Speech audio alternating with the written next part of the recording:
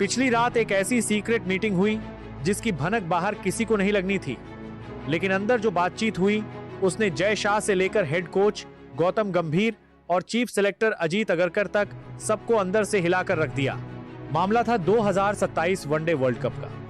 BCCI अब कोई risk नहीं लेना चाहता, इसीलिए आधी रात को रोहित शर्मा को तुरंत बुलावा भेजा गया। सोचा गया होगा कि रोहित आएंगे, अपनी सलाह देंगे और बात वहीं खत्म हो जाएगी, लेकिन हुआ इसका उल्टा। जैसे ही रोहित मीटिंग रूम में घुसे, कमरे का माहौल कुछ और ही हो गया। जय शाह ने बिना कोई भूमिका बांधे सीधा मुद्दे पर आते हुए कहा, रोहित, 2027 वर्ल्ड कप हमें हर हाल में जीतना है। तुम मैदान के अंदर सब कुछ देख चुके हो, हमें बताओ क्या करना होगा। रोहित ने कुछ देर तक सबकी आंखों में आंखें डालकर देखा, फिर एकदम शांत लेकिन कड़क आवाज में बोले, सर, अगर सच में 2027 का कप उठाना है तो सिर्फ प्लानिंग की बातें नहीं चलेंगी। मेरी 4 साफ साफ शर्तें हैं। अगर ये चारों मानने के लिए तैयार हैं, तभी मैं जिम्मेदारी लेने को तैयार हूं, वरना फिर वही पुरानी गलतियां दोहराई जाएंगी। सबसे पहले रोहित ने T20 के मुद्दे पर बात छेड़ी। उन्होंने कहा, देखिए जय भाई, T20 तो आजकल बच्चों का खेल बन चुका है। हर कोई धुआंधार मार रहा है, एंटरटेनमेंट हो रहा है, लोग मजे ले रहे हैं, ट्रॉफी उठ रही है। लेकिन 50 ओवर का वर्ल्ड कप, वहां मामला अलग है। वहां सिर्फ हिटिंग नहीं, दिमाग, धैर्य और दबाव झेलने की ताकत चाहिए। फिर रोहित ने अपनी पहली डिमांड रखी, मेरी सबसे पहली शर्त यह है कि 2027 वनडे वर्ल्ड कप में अगर आप सच में मुझसे प्लानिंग चाहते हैं तो मुझे सिर्फ सीनियर खिलाड़ी या कंसल्टेंट की तरह मत देखिए। मुझे आधिकारिक तौर पर वनडे टीम की कप्तानी दी जाए और 2027 तक मेरे ऊपर पूरा भरोसा रखा जाए। कप जीतना है तो कमान भी पूरी तरह मेरे ही हाथ में होनी चाहिए। यह सुनकर गंभीर और अगरकर के चेहरों पर हल्की बेचैनी साफ दिखने लगी। दोनों शायद ये सोचकर आए थे कि यहां रोहित को कोई रोल ऑफर किया जाएगा, लेकिन वो तो पूरी स्टीयरिंग ही हाथ में लेने की बात कर रहे थे। पहली शर्त का असर अभी तक कमरे में टंगा ही था कि रोहित ने दूसरी बात छेड़ दी, और इस बार निशाना था सिलेक्शन का सिस्टम। रोहित ने अजीत अगरकर की तरफ देखते हुए कहा, पिछले कुछ सालों में कई बार ऐसा हुआ कि मुझे मैदान पर जिन खिलाड़ियों की जरूरत लगी वो मुझे स्क्वाड में ही नहीं मिले। कभी किसी का आईपीएल रिकॉर्ड आगे कर दिया गया, कभी किसी का नाम पॉलिसी के नाम पर हटा दिया गया। 2027 के लिए मैं ये हालत बर्दाश्त नहीं कर सकता।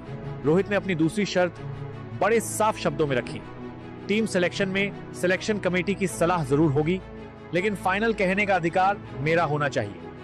15 खिलाड़ियों की लिस्ट पर आखिरी मुहर मेरी लगेगी। मुझे ऐसे प्लेयर्स चाहिए जो डोमेस्टिक और इंटरनेशनल प्रेशर में खुद को साबित कर चुके हों, सिर्फ सोशल मीडिया हाइप वाले नहीं। ये बात सुनकर अगरकर अंदर ही अंदर हिल गए, क्योंकि ये सीधी चुनौती थी सिलेक्टर के पारंपरिक अधिकार को। अब बारी थी तीसरी डिमांड की, और यहाँ रोहित ने 2 ऐसे नाम ले लिए जिन पे पूरी दुनिया की नजर हमेशा बनी रहती है। रोहित ने थोड़ा रुककर कहा, तीसरा पॉइंट मेरे 2 सबसे भरोसेमंद साथियों को लेकर है। लोग चाहे जितनी भी बातें कर लें, लेकिन 2027 के लिए मेरे लिए विराट कोहली और मोहम्मद शमी विकल्प नहीं, अनिवार्य है। उन्होंने आगे जोड़ा, विराट की फिटनेस, उनका एक्सपीरियंस, बड़े मौकों पर उनकी बॉडी लैंग्वेज, ये सब किसी यंगस्टर से कॉपी नहीं हो सकता। और शमी जैसा वर्ल्ड कप स्पेशल बॉलर हमारे पास शायद ही दोबारा आए। सिर्फ उम्र देखकर ऐसे प्लेयर्स को बाहर बैठा देना, ये जोखिम मैं लेने के लिए तैयार नहीं हूं। जब तक ये दोनों फिट हैं, 2027 के ब्लूप्रिंट में ये दोनों होंगे, ये मेरी शर्त है। उन्हें भी मालूम था कि वर्ल्ड कप के प्रेशर में एक्सपीरियंस का वजन अलग होता है। 3 शर्तों के बाद भी रोहित की लिस्ट खत्म नहीं हुई थी। चौथी और आखिरी डिमांड शायद सबसे ज्यादा विवादित और सबसे ज्यादा दमदार थी, और वो थी इपल बनाम देश पर। रोहित ने सीधे जय शाह की तरफ देखते हुए कहा, मेरी चौथी शर्त वर्कलोड मैनेजमेंट की है, लेकिन सिर्फ कागज पर नहीं, असली एक्शन में। वर्ल्ड कप के साल मेरी कोर टीम के 15-20 खिलाड़ियों की प्लानिंग पर पूरा कंट्रोल चाहिए। अगर मुझे लगे कि किसी को आराम चाहिए, अगर मैं कहूं कि वो 8 आईपीएल मैच की जगह सिर्फ 4 खेलेगा, तो उसी हिसाब से चलेगा। फ्रेंचाइजी की नाराजगी से ऊपर देश का वर्ल्ड कप होगा।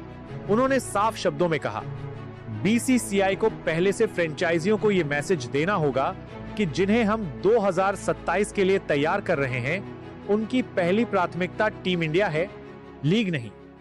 मुझे अपने खिलाड़ियों को वर्ल्ड कप से पहले थका हुआ नहीं, बल्कि भूखे शेर की तरह मैदान में देखना है। अब सबसे बड़ा सवाल आप लोगों के लिए है, आपको क्या लगता है, क्या बीसीसीआई को रोहित शर्मा की ये चारों कड़क डिमांड मान लेनी चाहिए?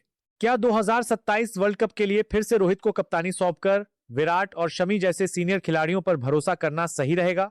और क्या आईपीएल से ऊपर देश को रखने वाला यह सख्त रुख ही हमें अगला वर्ल्ड कप दिला सकता है? अगर आप भी मानते हैं कि 2027 में टीम इंडिया को रोहित शर्मा की कप्तानी में ही उतरना चाहिए, तो कमेंट में जरूर लिखिए रोहित 2027 कैप्टेन।